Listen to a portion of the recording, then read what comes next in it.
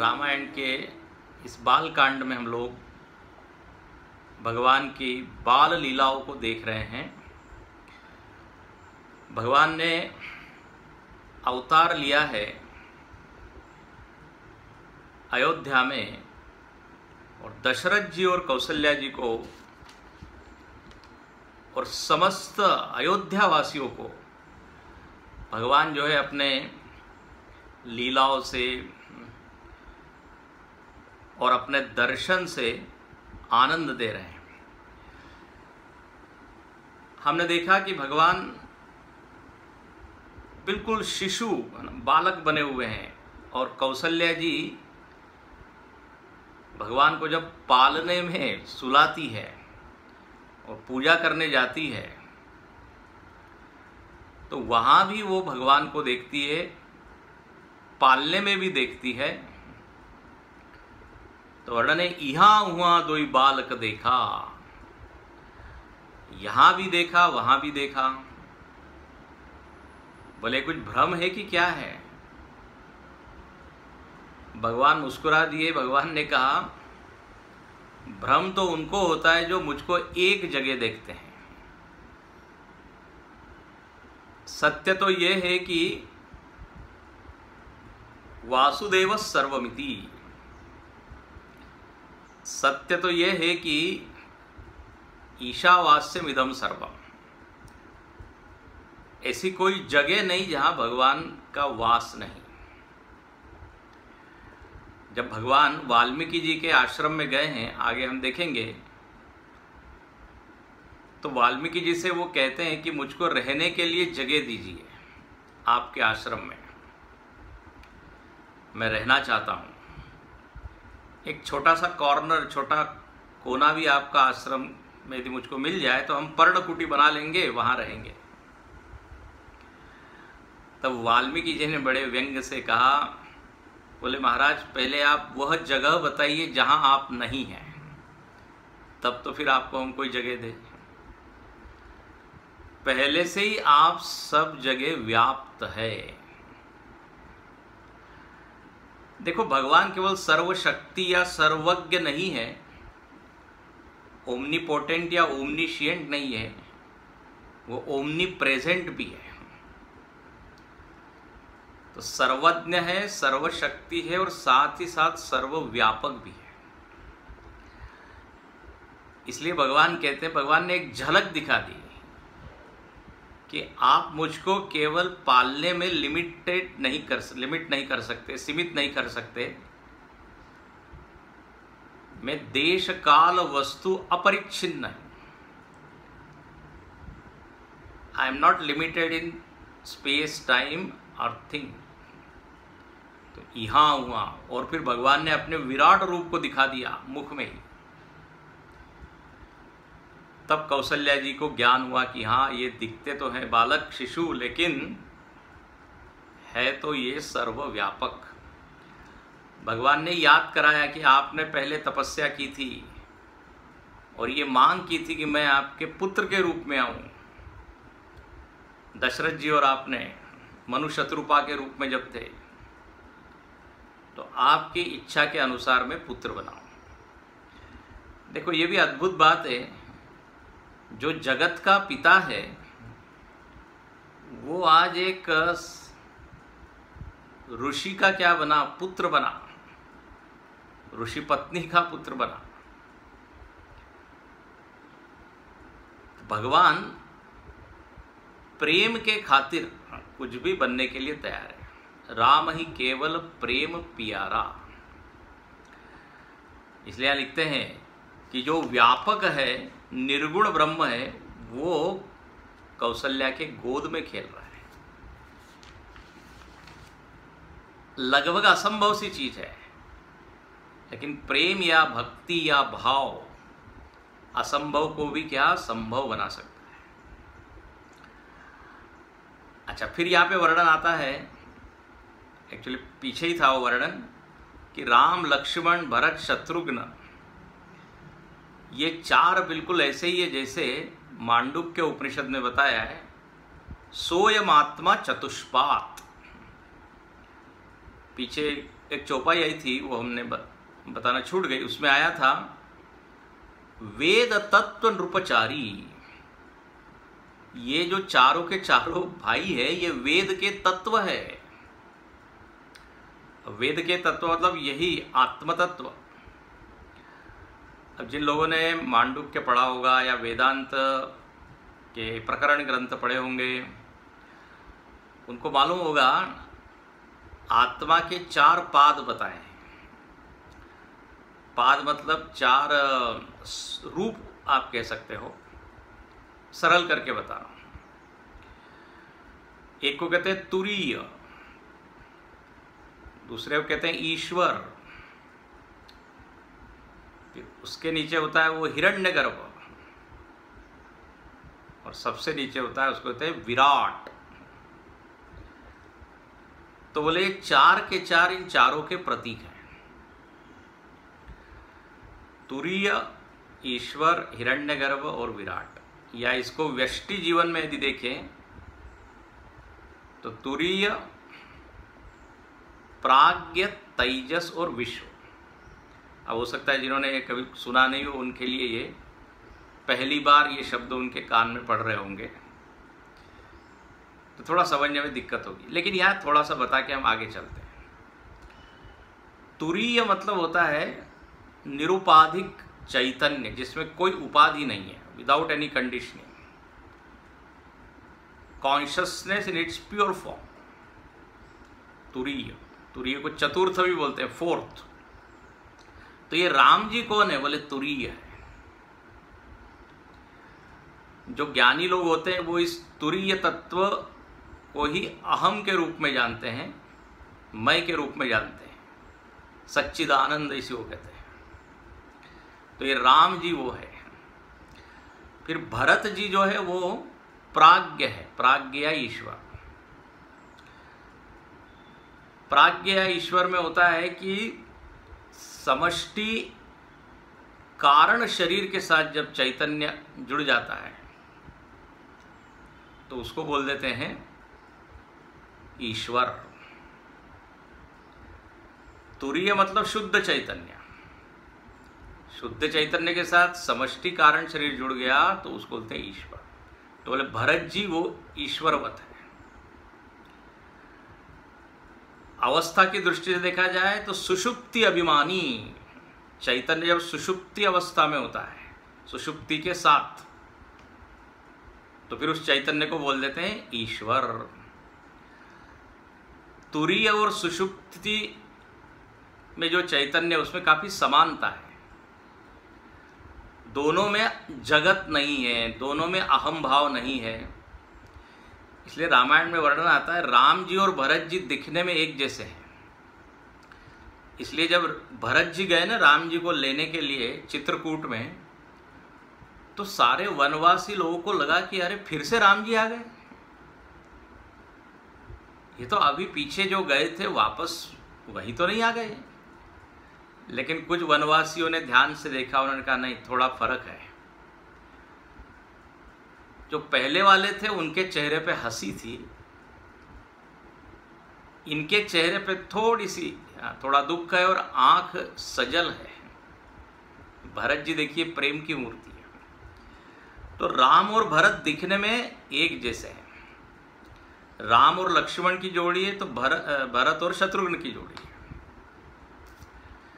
तो अब आध्यात्मिक दृष्टि से देखा जाए तो तुरीय और ये ईश्वर दोनों में जगत का अभाव, दोनों में उपाधि नहीं। उपाधि मतलब कोई स्थूल उपाधि नहीं, अहम नहीं है। इसलिए भरत जी को कहा गया ईश्वर। और शत्रुघ्न जी है वो है हिरण्यगर्भ या तेजस के प्रति। व्यष्टि में तेजस, समष्टि में हिरण्यगर्भ। और लक्ष्मण जी जो है वो विराट, विराट के प्रति है। जागृत अवस्थाभिमानी चैतन्य, उसको बोलते हैं विराट समष्टि में, और व्यष्टि में उसी को बोलते हैं विश्व। ये जस्ट जानकारी के लिए मैं दे रहा हूं, आपको कठिन हो रहा हो तो उसको छोड़ सकते हैं। तो विश्व, तेजस, प्राज्ञ, तुरीय, ऐसे ही लक्ष्मण जी, शत्रुघ्न जी, भरत और राम, सोयम आत्मा चतुष्पाद, ये आत्मा के 4 रूप है। तो यहाँ पर भी वही 4 रूप बताए हैं और यहाँ उनके एक आकार हो गए। हम वेदांत में इसको किसे एब्स्ट्रैक्ट अमूर्त के रूप में देखते हैं। तो यहाँ आता है वेद तत्व तव नृप सुतचारी, 197 के बाद ये पहली चौपाई है। अच्छा चलिए अब आगे चलते हैं। कहते हैं कौशल्या जी ने जब भगवान के विराट रूप को देखा, बार बार प्रणाम करती है और फिर जो है भूलती नहीं है कि यह परम तत्व है। अब कहते हैं 202 के बाद, 202 दोहे के बाद देखेंगे भगवान की कुछ 1-2 और बाल लीला। इसमें क्या कहते हैं देखिए, आफ्टर 202 देखिए, बाल चरित हरि बहुविधि कीन्हा, अति आनंद दासन ग्रह दीना, कछुक काल बीते सब भाई, बड़े भये परिजन सुखदाई, चूड़ा करन कीन गुरु जाई, विप्रन पुनि दक्षिणा बहु पाई, परम मनोहर चरित पारा, करत फिरत चार्यु सुकुमारा, मन क्रम वचन अगोचर जोई, दशरथ अजिर विचर प्रभु सोई, भोजन करत बोल जब लारा, नहीं आवत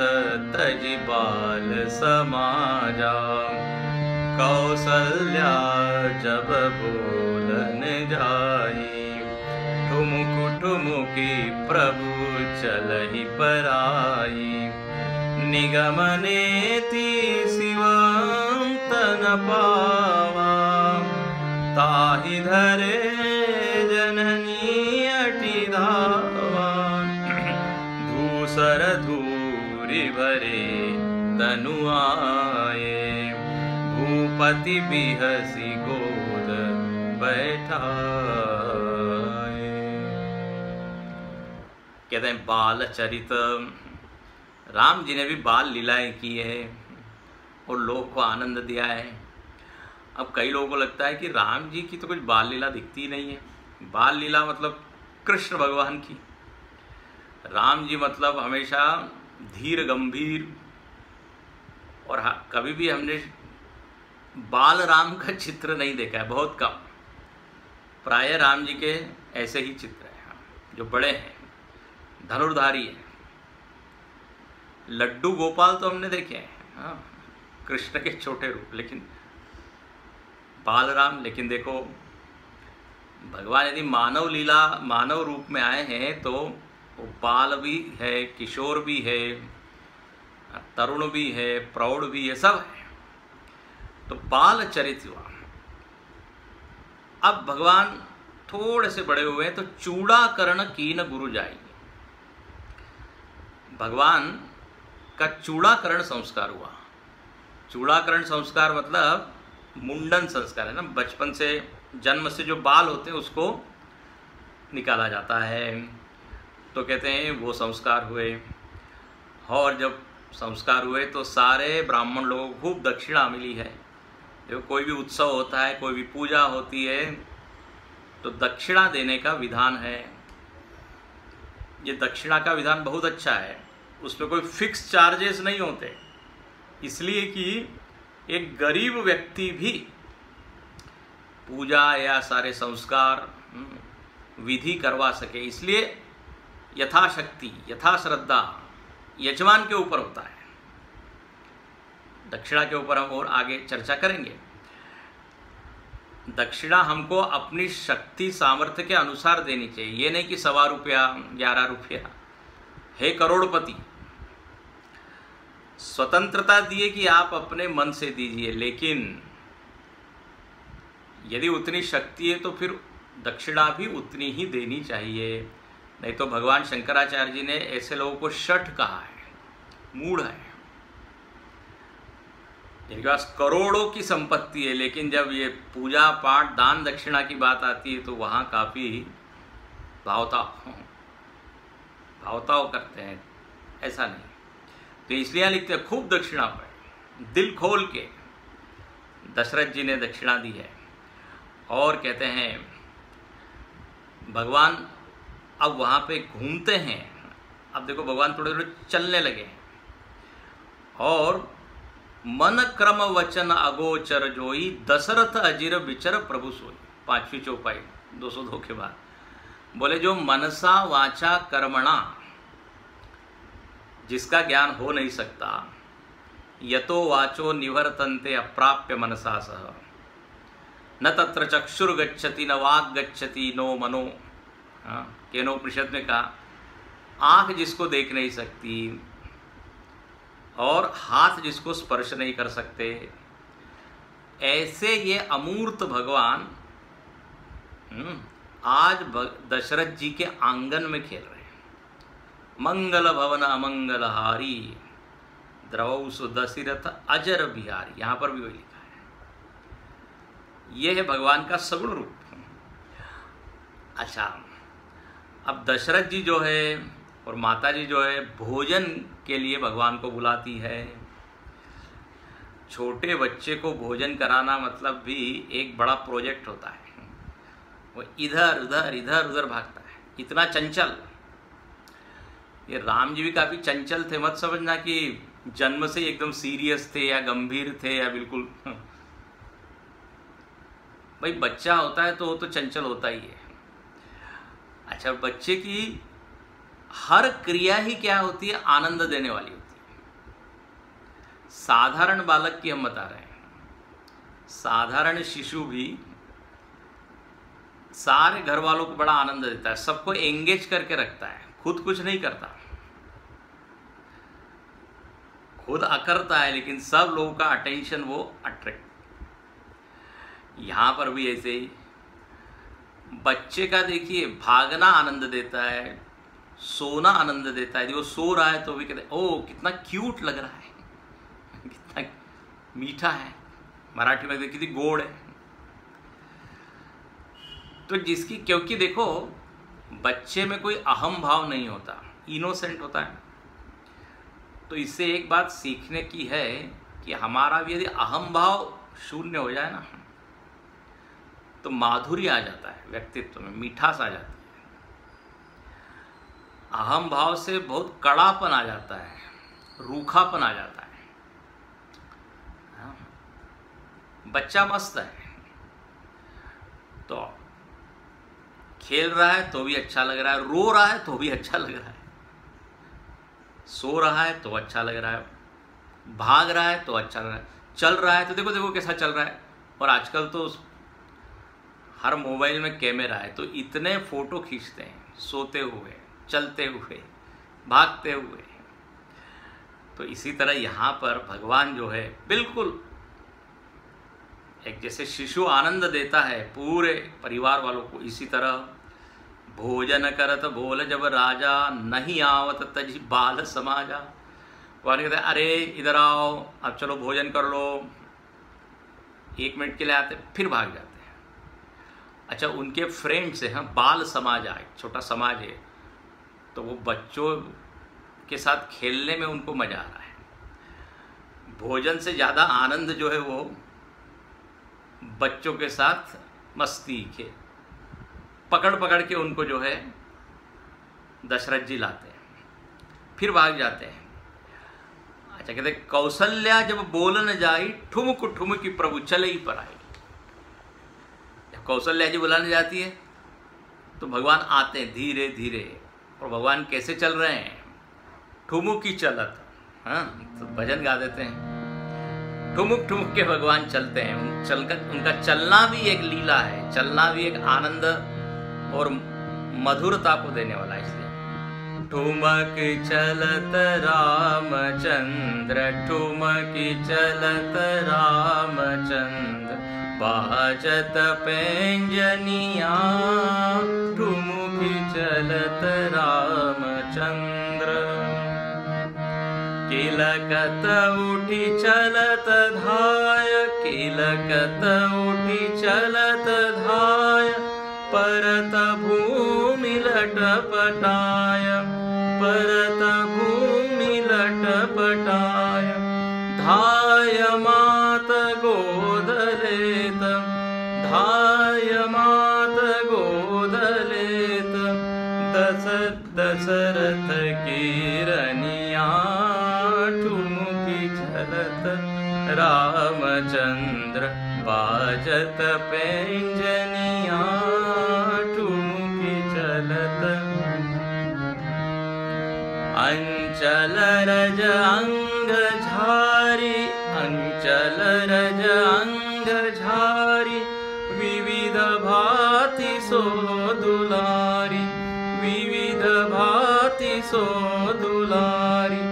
तन मन धन वारी डारी, तन मन धन वारी डारी, कहत मृदु बचनिया ठुमुकी चलत, रामचंद्र बाजत पैंजनिया ठुमुकी।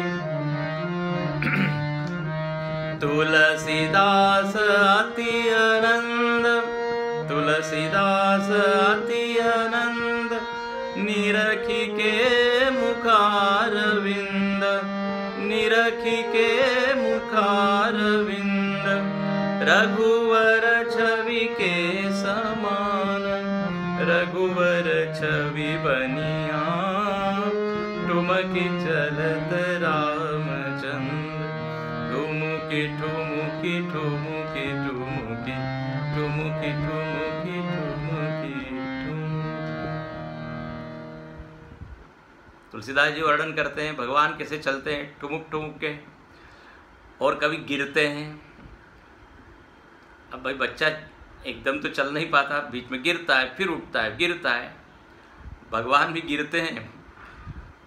रामायण में बड़ा अच्छा लिखा है कि जो भगवान गिरे हुए को उठाते हैं, आज खुद गिर रहे हैं, ये लीला है। और कहते हैं कौशल्या जी उनके शरीर के ऊपर जो धूल है वस्त्र पे, उसको वो झारी, अंचलज रज अंग झारी, विविध भांति सो दुलारी, बड़ा प्यार दुलार करती है। भगवान जो है अपने कोमल कोमल अधर से कुछ बड़बड़ाते हैं, बोलते हैं तोतली भाषा में। माता जी बड़ी खुश होती है। तुलसीदास जी वर्णन करते हैं कि ये भगवान की जो छवि है, जो इसका दर्शन करता है बोले बस वो तो बड़ा भाग्यवान है। और भगवान की छवि भगवान की तरह ही है, इनकी कोई बराबरी कर नहीं सकता। तो ऐसे ये भगवान ठुमुक ठुमुक प्रभु चलई पराई। और यहाँ गोस्वामी जी इसके ऊपर टिप्पणी करते हैं, इस दृश्य को देखते हैं कि कौशल्या भाग रही है, भगवान फिर आगे भाग रहे हैं, फिर पकड़ के लाती है। तो बोले निगम नेति शिव अंत न पावा, ताहि धरे जननी हटि दावा। निगम वेद जिसका, जिसको पकड़ नहीं पाए। हाँ, वेद के पकड़ के बाहर की जो चीज है, कौशल्या जी उनको पकड़ना चाहती है। बिल्कुल ऐसा ही वर्णन आता है कृष्णावतार के समय भी। वहां पर लिखा है कि उपनिषद में जो ब्रह्म है, उस ब्रह्म को ऋषि मुनि पकड़ नहीं पाए, कौशल्या जी पकड़ने का प्रयत्न करती है। तो यह है लीला। लीला का अर्थ ही होता है लीनम लाती, जिसको सुन के, जिसको पढ़ के मन हमारा दुनिया से हट के भगवान में लग जाए। हाँ, लीनम लाती, लीयते मन है ये यया, जिसके द्वारा मन क्या हो जाए, परमात्मा से एक रूप हो जाए। अब कहते हैं धूसर धरी भरे तनुआए, भूपति बिहसी गोद बैठाए। दशरथ जी ने छोटे से राम जी को, बाल राम को अपने हाथों से पकड़ा, उनकी धूल जो है शरीर पे थी वो झाड़ी और बिठा लिया। बोले अब चलो भोजन करो। अब लेकिन भोजन करते समय भी देखो 203, भोजन करत चपल चित, इत उत अवसर पाई, भाजी चले खिलकत मुख, दधियोदन लपटाई। सियावर रामचंद्र की जय, पवन सुत हनुमान की जय, उमापति महादेव की जय, बोलो भाई सब संतन की जय। भगवान को बिठा लिया और कहा चलो अब थोड़ा कुछ खाओ, लेकिन भगवान इतने चपल है, स्थिर बैठते नहीं। वो इंतजार कर रहे हैं कब यहाँ से छूटे और कब फिर अपने सारे मित्रों के साथ खेले। अब यहाँ वर्णन है कि उनके मुख में दधि ओदन, दधि ओदन मतलब दही और चावल। दही चावल कौशल्या जी खिलाती है, दशरथ जी खिलाते हैं। ओ दधी चावल मतलब तैर सादम, साउथ में तमिल में बोलते हैं कर्ड राइस। ओ भगवान भी भगवान को कर्ड राइस प्रिय लगता है, तो यहाँ लिखा है दधी लोटन, दधी ओदन, दधी ओदन लपटाई उनके मुख में इधर उधर। अच्छा, और भगवान जानबूझ के थोड़ा दही और चावल अपने मुख में लगा लेते और भागते हैं। बोले क्यों भाग रहे हैं? दही चावल मुख में लिपटा के कहाँ जा रहे हैं? फिर वापस जाते हैं आंगन में। देखो यहाँ बहुत एक सुंदर बात है। भगवान के एक बहुत बड़े भक्त है काकभुशुंडी जी, जिनका हमने वर्णन सुना था। शिव जी और काकभुशुंडी जी दोनों गए थे अयोध्या में, हाँ, एक ज्योतिषी बन के और एक उनका चेले बन के। तो एक काकभुशुंडी जी काग शरीर में, कौवे के शरीर में, और भगवान चाहते हैं कि काकभुशुंडी जी को भी प्रसाद दिया जाए, इसलिए जानबूझ के थोड़ा सा लगा के जाते हैं और थोड़ा सा छोड़ देते हैं, वहाँ नीचे गिरा देते हैं। तो काकभुशुंडी जी आते हैं और उसको खाते हैं। थोड़ा और पास में आते हैं तो भगवान के हाथ में जो लगा हुआ है दही भात, हाथ में से खाते हैं। इसका वर्णन रसखान जी ने बहुत बढ़िया किया है। धूरी भरे अति सोबत सामजू, तैसी बनी सिर सुंदर चोटी, खेलत खात फिरे अंगना, पग पैंजनी बाजती पीर कचोटी, या छवि को रस खान बिलोकत भारत काम कला निधि कोटी, काग के भाग कहा कहिए हरि हाथ से ले गए माखन रोटी। बोले उस कौवे की कितने बड़े भाग्य कि भगवान के हाथ से, बताइए, अन्न ले रहा है, झूठन खा रहा है भगवान। ये काकभुशुंडी जी है। तो देखो कितना बड़ा भाग्य, काग के भाग कहाँ कहिए हरि हाथ से ले गए माखन रोटी। तो इसलिए देखो भगवान साथ में ले जाते, थोड़ा गिरा देते, वो आता है खाता है। एक संत ने कहा कि ये काकभुशुंडी जी महाराज कृष्णावतार में भी पहुंच गए। कृष्णावतार में भगवान जब माखन खा रहे थे वहां भी पहुंच गए। भगवान ने को कहते हमको थोड़ा दीजिए आपका झूठन। कृष्ण भगवान बोले तुम कैसे क्या आ गए? काकभुशुंडी जी बोले हम तो ये झूठन खाने के अधिकारी है, राम जन्म से खाते आ रहे हैं, ये हमारा अधिकार है। वहां स्वयं भगवान हमको अपना झूठन खिलाते थे। कृष्ण भगवान बोले उस समय की लीला अलग है, इस समय की लीला अलग है, भाग जाओ, वो राम लीला है, ये कृष्ण लीला है। उस समय परिस्थिति अलग थी। काकभुशुंडी जी ने कहा इस समय क्या परिस्थिति है? बोले इस समय तो बात उल्टी है, मैं लोगों का झूठा खाता हूं, मैं लोगों का झूठा खाता हूं, छीन के छपट के। ये भगवान का वर्णन किया है सूरदास जी ने। वहां लिखते हैं वो कि ग्वालन के कर कोर छुड़ाओ और इनके मुख को ग्रास तोरी के अपने मुख में लाओ। ये कृष्ण भगवान गोपियां खा रही है उनके हाथ से, जो वो खा रही है छीन के खाते हैं। तो कृष्णावतार में उल्टा हो गया। भक्तों की जूठन भगवान खाते हैं और इधर भगवान की जूठन भक्त खा रहे हैं। भगवान के लिए थोड़ा फर्क करना चाहिए ना। काकभूषुंडी जी बोले ठीक है, आप झीना झपट के खाते हैं, आपने तरीका बदल लिया है तो हम भी तरीका बदलेंगे। वहां तो पड़ी हुई जूठन हम खा लेते थे, अब यहाँ हम भी किसी के हाथ से खाएंगे।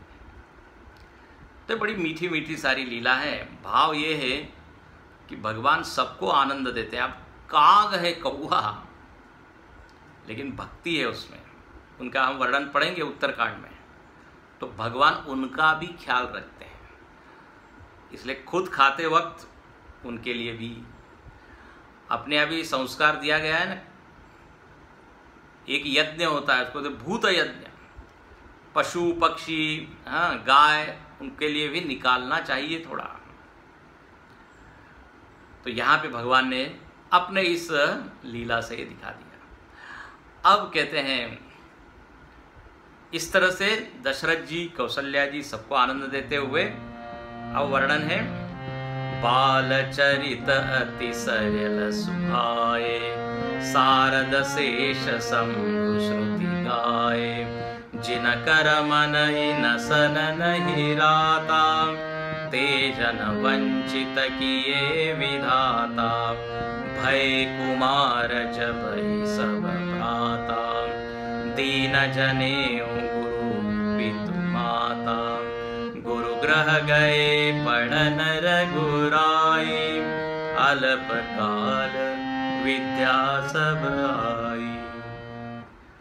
भगवान का बाल चरित्र अत्यंत सरल है। राम जी का व्यक्तित्व सरल है ना, मर्यादा पुरुषोत्तम। कृष्ण भगवान तो बड़े नटखट हैं, लेकिन थोड़ी यहाँ झलक उन्होंने दिखा दी, लेकिन प्रायः सरल है। अच्छा, अब कहते हैं जो लोग भगवान के इन लीलाओं का आनंद नहीं लेते या जिनका मन भगवान में बिल्कुल लगता ही नहीं, सूखे लोग हैं। बोले ब्रह्मा जी ने उन लोगों को बहुत बड़े सुख से वंचित कर दिया। They are deprived of this लीला, वंचित कर दिया। तुलसीदास जी ऐसे लोगों को देख के उनको बड़ी दया आती है कि बेचारे एक बढ़िया चीज को दे आर मिसिंग। अब हुआ ये कि भगवान थोड़े कुमार अवस्था के हो गए, 8 वर्ष के हो गए। जो शिशु या बाल कहते 5 वर्ष तक, 7-8 वर्ष के जब होते हैं तो अब हो गए उसको कुमार अवस्था, पौगंड अवस्था भी कहते हैं। और अब क्या हुआ तो बोले अब इनको यज्ञोपवीत संस्कार करना चाहिए। पिछली कक्षा में भी हमने बताया था अपने यहाँ पे 16 संस्कार है, तो सारे संस्कार भगवान करवा रहे हैं। हाँ, चूड़ाकरण संस्कार अभी हमने देखा, पीछे नामकरण संस्कार के बारे में आया था, जात कर्म संस्कार भी हुए थे। बच्चा जैसे ही पैदा होता है उस समय संस्कार होता है, उसको तो जात कर्म। तो अब यज्ञोपवीत, जनेऊ, और ये बहुत महत्वपूर्ण संस्कार है।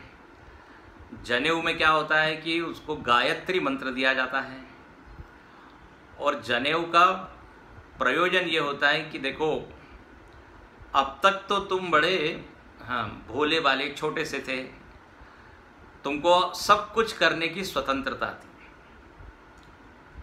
5-6 वर्ष का जब बालक होता है तो उसको कोई रोक टोक नहीं, कोई डांट डपट नहीं, कुछ।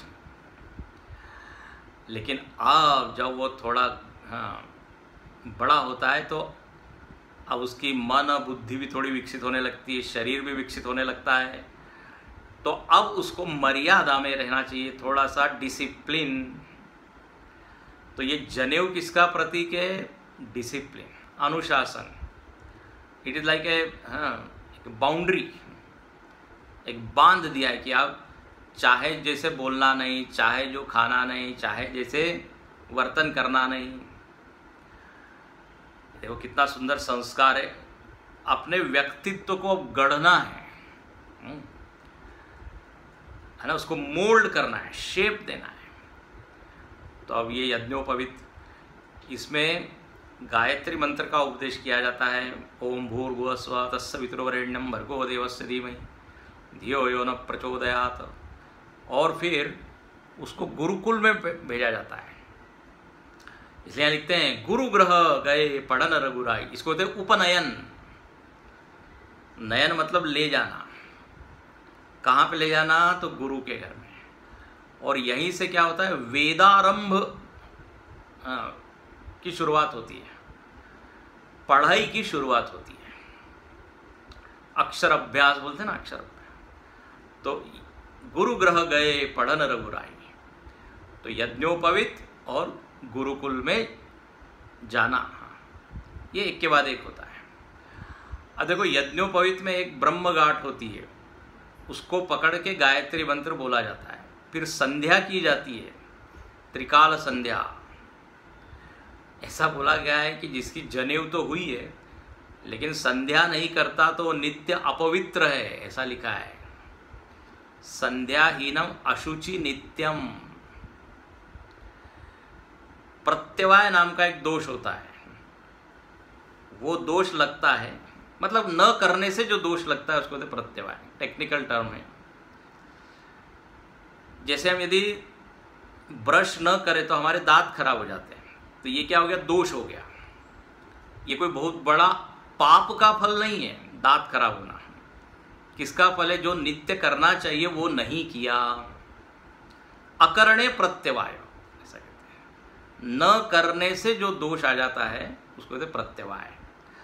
तो अब ऐसा शास्त्रों में कहा है कि हम संध्या यदि न करें तो बहुत बड़ा पाप नहीं है, लेकिन उसे प्रत्यवाय दोष है, क्योंकि नित्य कर्म, ये नित्य कर्म है। नित्य कर्म न करने से प्रत्यवाय दोष आता है। तो क्या अपने आप को पवित्र करने के लिए ये संध्या और गायत्री मंत्र कम से कम जप तो कर ही लेना चाहिए। तो यहाँ पर भगवान वो करते हैं। अब देखो ये जनेऊ जो है वो जनेऊ बदलना भी चाहिए हर वर्ष। रक्षाबंधन के समय वो दिन आता है, श्रावणी उसको कहते हैं, सोमवार शायद रक्षाबंधन ही, तो उस दिन बदलते हैं। अब लोग जनेऊ ही नहीं पहनते।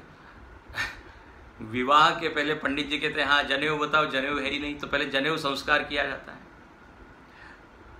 विचित्र स्थिति हो गई है, कोट के ऊपर ही जनेऊ पहना देते हैं, जल्दी जल्दी करना होता है कि। लेकिन यहाँ लिखते जब बच्चा 8 वर्ष का हो तब जनेऊ होना चाहिए। तो दीन जनेऊ, लोग जनेऊ का उपयोग चाबी रखने के लिए करते हैं या पीठ खुजलाने के लिए करते हैं, सब बिल्कुल गलत बात है। उसको पवित्र रखना चाहिए। अच्छा, भगवान अब गुरुकुल में जाते हैं और वही रहते हैं। गुरु ग्रह गए पढ़न रघुराई। पहले के ज़माने में तो गुरुकुल हुआ करते थे, अब आजकल जैसे बोर्डिंग स्कूल होते हैं कि नहीं। लेकिन देखिए गुरुकुल और बोर्डिंग स्कूल में फ़र्क है। गुरुकुल में कृष्ण और सुदामा दोनों एक साथ पढ़ सकते हैं। वहाँ ज़्यादा अर्थ पैसा कितना है उसके ऊपर नहीं है, नहीं तो बड़े बड़े बोर्डिंग स्कूल में हर कोई नहीं पढ़ सकता। लेकिन जो सांदीपनी आश्रम है ना, कृष्णावतार में जो सांदीपनी उनके गुरु हुए, तो वहाँ सुदामा जी एकदम गरीब है और कृष्ण जो है वो तो इतने बड़े हैं, लेकिन दोनों साथ में पढ़ रहे हैं। तो गुरुकुल में सबके लिए क्या था, एक सुविधा थी। तो गुरुकुल में जब जाते हैं, अल्पकाल विद्या सवाई, राम जी ने अल्पकाल में सारी विद्याएं हस्तगत कर ली। 64 कला 14 विद्या सब। क्यों उन्होंने इतने जल्दी पढ़ ली सब? निश्चित ही वो एक अच्छे विद्यार्थी रहे होंगे। भाई अच्छा विद्यार्थी ये कर सकता है ना, नहीं तो अल्पकाल विद्या सब आई ऐसा नहीं होता, दीर्घ काल विद्या नहीं आई, फिर जबरदस्ती पास करा के उसको निकालना पड़ता है स्कूल से। एक एक क्लास में 5 ईयर प्लान हो जाता है, पंचवर्षीय हो जाता है। लेकिन यहाँ पे ऐसा नहीं है ना, डबल प्रमोशन मिलता है ना। पहले जमाने में डबल प्रमोशन होता था। बोले इसने इतनी पढ़ाई कर ली, इसका दिमाग, इस बुद्धि इतनी अच्छी है कि अगली क्लास में बिना परीक्षा के एक क्लास को बाईपास करके वो आगे जाता है। तो ऐसा यहाँ पर लिखा अल्पकाल। और लिखते हैं जाकी सहज श्वास श्रुति चारी। बहुत सुंदर। तुलसीदास जी कहते हैं देखिए क्या कौतुक है, कौतुक है, कौतुक भारी, जिनमें से ये 4 वेद प्रकट हुए, 4 वेद जिनकी श्वास है। सब वेद में ही वाक्य आया है कि यस्य निश्वसितम वेदाः, जिसमें से ये 4 वेद प्रकट हुए, व्यक्त होते हैं, जैसी अपनी श्वास। ध्यान से सुनना, वेद जो है किसी ऋषि मुनि ने लिखे नहीं हैं, यहां तक कि ईश्वर के द्वारा भी लिखे हुए नहीं हैं। एक वाक्य में बोलता हूं, ध्यान से सुनना, वेद जो है ईश्वर कृत नहीं है, ईश्वर आश्रित है। ईश्वर आश्रित मतलब ईश्वर में नित्य रहते हैं और जब सृष्टि होती है तो प्रकट हो जाते हैं, प्रलय होते हैं तो वेद मंत्र सारे ईश्वर में विलीन हो जाते हैं। इसलिए वेद को कहा गया है अपौरुषेय। अपौरुषेय मतलब किसी पुरुष के द्वारा लिखे हुए नहीं है, नित्य है, अनादि है, व्यक्त अव्यक्त होते रहते हैं। देखो वेद मतलब क्या है, ज्ञान है, पूरा ज्ञान। ज्ञान तो, ज्ञान का आधार, ज्ञान का आश्रय तो ईश्वर ही है, क्योंकि ईश्वर सर्वज्ञ है। तो ईश्वर में से ये वेद निकलते हैं और वेद में ज्ञान है, तो संपूर्ण ज्ञान का सबस्ट्रेटम, आधार कौन है? ईश्वर है। तो जहां से वेद मंत्र निकलते हैं वो जो है आज वेद पाठ पढ़ रहा है, ओम सहस्र शीर्षा पुरुषा सहस्राक्ष सहस्रपाठ, हाँ, अथा तो ब्रह्म जिज्ञासा, ये सब पढ़ रहा है जो स्वयं ब्रह्म है। तुलसीदास जी यह दृश्य देख के बोलते हैं जाकी सहज श्वास श्रुति चारी, सो हरि पढ़ यह कौतुक भारी। वेद मंत्र जिनकी सहज श्वास, सहज, सहज शब्द यहां डाला है, सहज, सहज श्वास मतलब क्या? देखो श्वास हम लेते हैं और छोड़ते हैं तो कोई उसमें प्रयत्न होता है क्या? कोई डूअरशिप होती है, कर्तृत्व होता है, कर्ता भाव होता है क्या? हमको मालूम भी नहीं है कब हम श्वास ले रहे हैं, कब हम श्वास छोड़ रहे हैं। इसको कहते हैं सो नेचुरल, एफर्टलेस। इसी तरह ये वेद भी बड़े सहज ही प्रकट होते हैं जिनसे, और फिर प्रलय में लीन भी हो जाते हैं। तो ऐसे ये भगवान, बताइए आज अपने गुरु से, वशिष्ठ जी से पढ़ रहे हैं, वशिष्ठ जी उनके गुरु हैं, बताइए इस शब्द का अर्थ क्या है, इस मंत्र का अर्थ क्या है? तो कौतुक भारी। फिर कहते हैं विद्या विनय निपुण गुणशीला, खेल ही खेल सकल नृप लीला। भगवान जो है उनमें विद्या है और विनय है, ये दोनों गुण हैं। देखो विद्या के साथ विनय होना बहुत जरूरी है, नहीं तो विद्या जो है व्यक्ति को अहंकारी बना देती है यदि विनम्रता न हो तो। इसलिए लिखा है कि विद्या ददाति विनयम। वास्तव में यदि विद्या हासिल किए तो वो बिल्कुल हम्बल हो जाता है। जितने बड़े बड़े लोग आप देखिए, डाउन टू अर्थ, बिल्कुल सरल। विद्या और विनय। अपने चिन्मय विभूति के आश्रम में 2 हॉल बने हैं, गुरुजी ने हॉल बनवाए, उनके नाम यही दिए हैं, विद्या मंदिर, विनय मंदिर, दोनों पास पास में। तो विद्या और विनय की जो है जोड़ी है।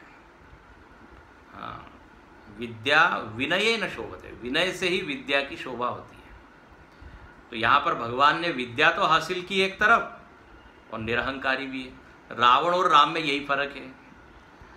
रावण जब विद्या हासिल करता है तब भी अहंकार है। अहंकार पूर्वक जो विद्या हासिल की जाती है वह विद्या अहंकार को बढ़ाने वाली होती है। तो रावण इतना पंडित, उसको अपने पांडित्य का अभिमान है। लेकिन यहाँ पे विद्या विनय निपुण गुणशीला। अच्छा, अब भगवान थोड़े से और बड़े हुए हैं तो खेल खेलते हैं। अच्छा, कौन सा खेल खेलते हैं? वीडियो गेम बोले नहीं, राजा राजपुत्र है ना, तो राजा लोग जो खेल खेलते हैं या राजाओं को जो खेल खेलना चाहिए, सीखना चाहिए, वो खेल खेलते हैं। नृप लीला, कोई राजा है, फिर कोई शत्रु है, फिर वो एक दूसरे पर आक्रमण कर रहा है, फिर वो कैसे भागता है, फिर कैसे उसको बंदी बनाता है। तो ये राजा राजाओं का खेल खेल रहे हैं, क्योंकि उनको ट्रेनिंग लेना है, आगे तो राजा राम बनेंगे। तो धनुष बाण चलाते हैं, उनके हाथ में धनुष बाण आ गया, करतल बाण धनुष अति शोभा। और राम जी को धनुष इतना प्रिय है कि सोते जागते उसको छोड़ते नहीं, इसलिए 10वें अध्याय में कृष्ण भगवान को कहना पड़ा कि शस्त्र धारण करने वालों में मैं कौन हूं? राम शस्त्र वृताम हम। राम जी ने जिस ढंग से धनुष को पकड़ के रखा है, और किसी अवतार में ऐसा नहीं हुआ है, छोड़ा नहीं उन्होंने। तो बोले उस धनुष बाण के द्वारा वो खेल खेलते हैं और सारे अयोध्या में घूमते हैं। देखो यहाँ वर्णन है, कोसलपुर वासी नर नारी वृद्ध रुबाल 204 में, प्राणौ ते प्रिय लागत सब कहु राम कृपाल। क्या सुंदर बात है। सारे स्त्री पुरुष वृद्ध बाल सबको आनंद देते हैं गलियों में घूम के, और सब लोग बार बार भगवान को देखना चाहते हैं।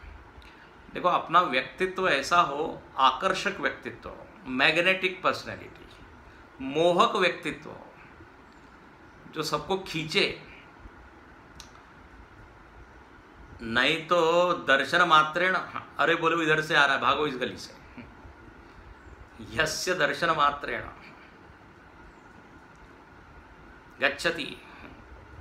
लेकिन यहां ऐसा नहीं, आगच्छति। देखा कि भगवान आए, सब दौड़ दौड़ के आ जाते हैं। व्यक्तित्व में यदि मिठास हो, माधुर्य हो, विनम्रता हो, तो ये बात घटती है।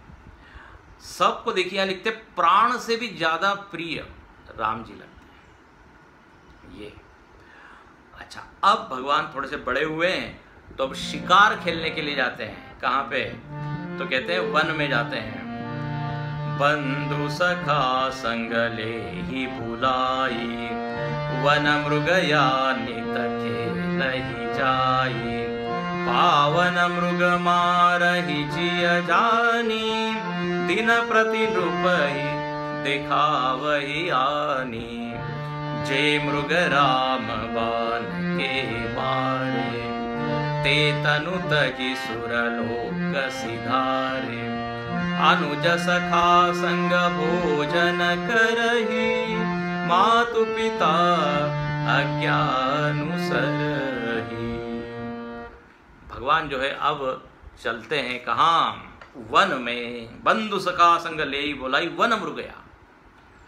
वन में किसके लिए जा रहे हैं? मृगया, मृगलीला, शिकार। अब देखो शिकार करते हैं भगवान। हाँ, अब पहले के जमाने में देखिए, जो राजा लोग होते थे उनको युद्ध करना पड़ता था।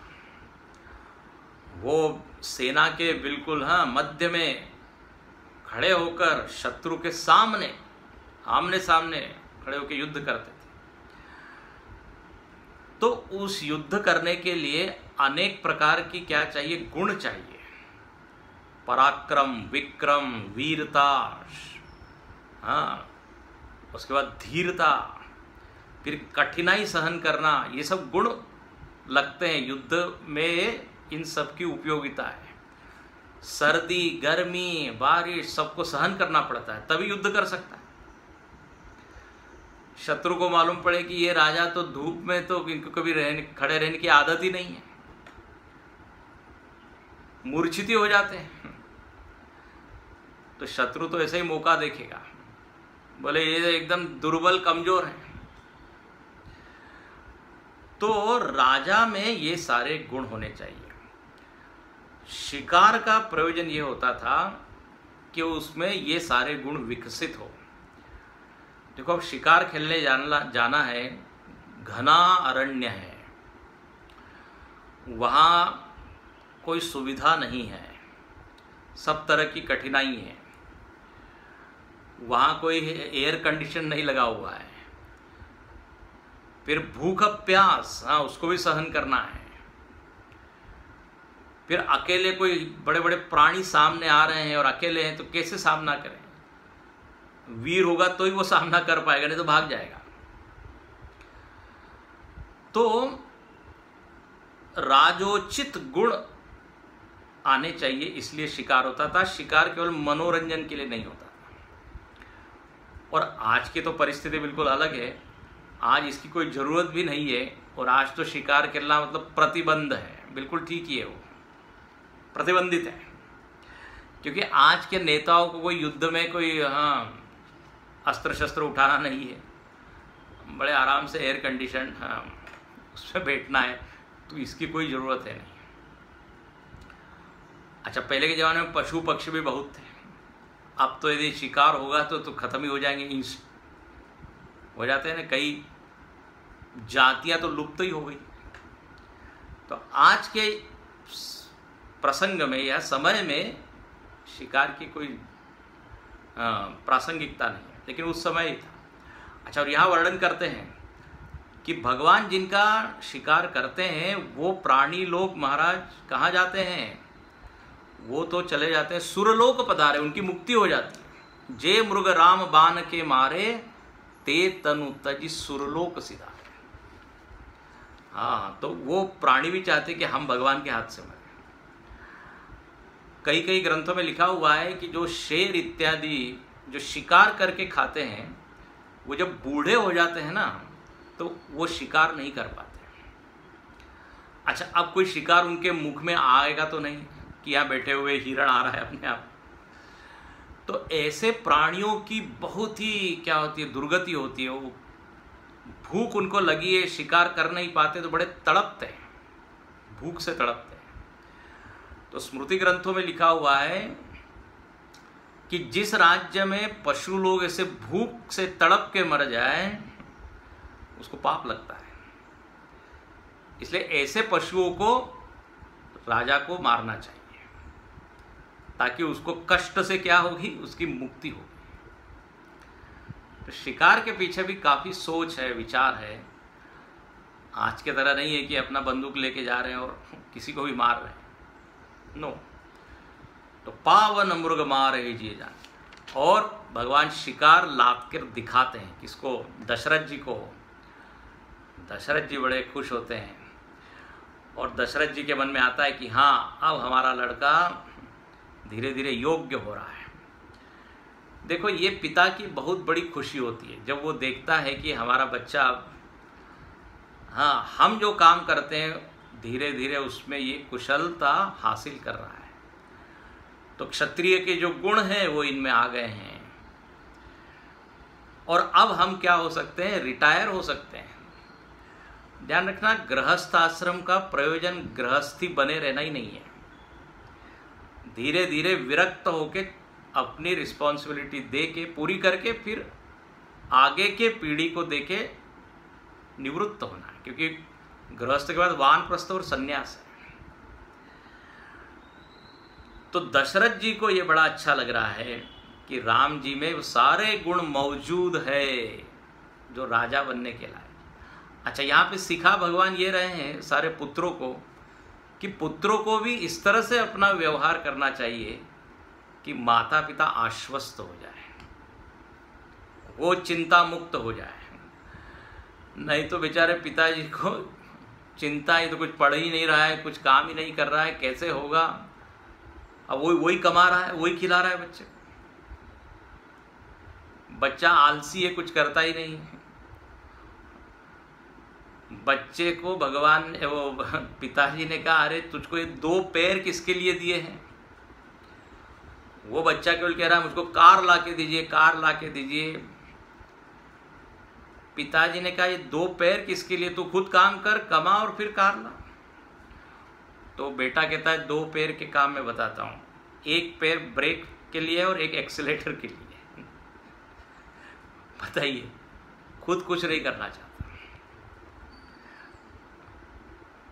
तो यहाँ पर कहते हैं भगवान खुद अपने व्यवहार से दशरथ जी को खुश कर देते हैं। इस तरह से भगवान धीरे धीरे आगे बढ़ते हैं, बड़े हो रहे हैं। और यहाँ अभी हम रुकते हैं। भगवान की दिनचर्या बताइए कि सुबह उठ के सबसे पहले प्रातः काल उठ के रघुनाथा, मातु पिता गुरु नावहि माथा। सबसे पहले उठ के माता पिता और गुरु को सिर झुका के प्रणाम करते हैं। देखो ये है संस्कार। आगे हम चर्चा करेंगे।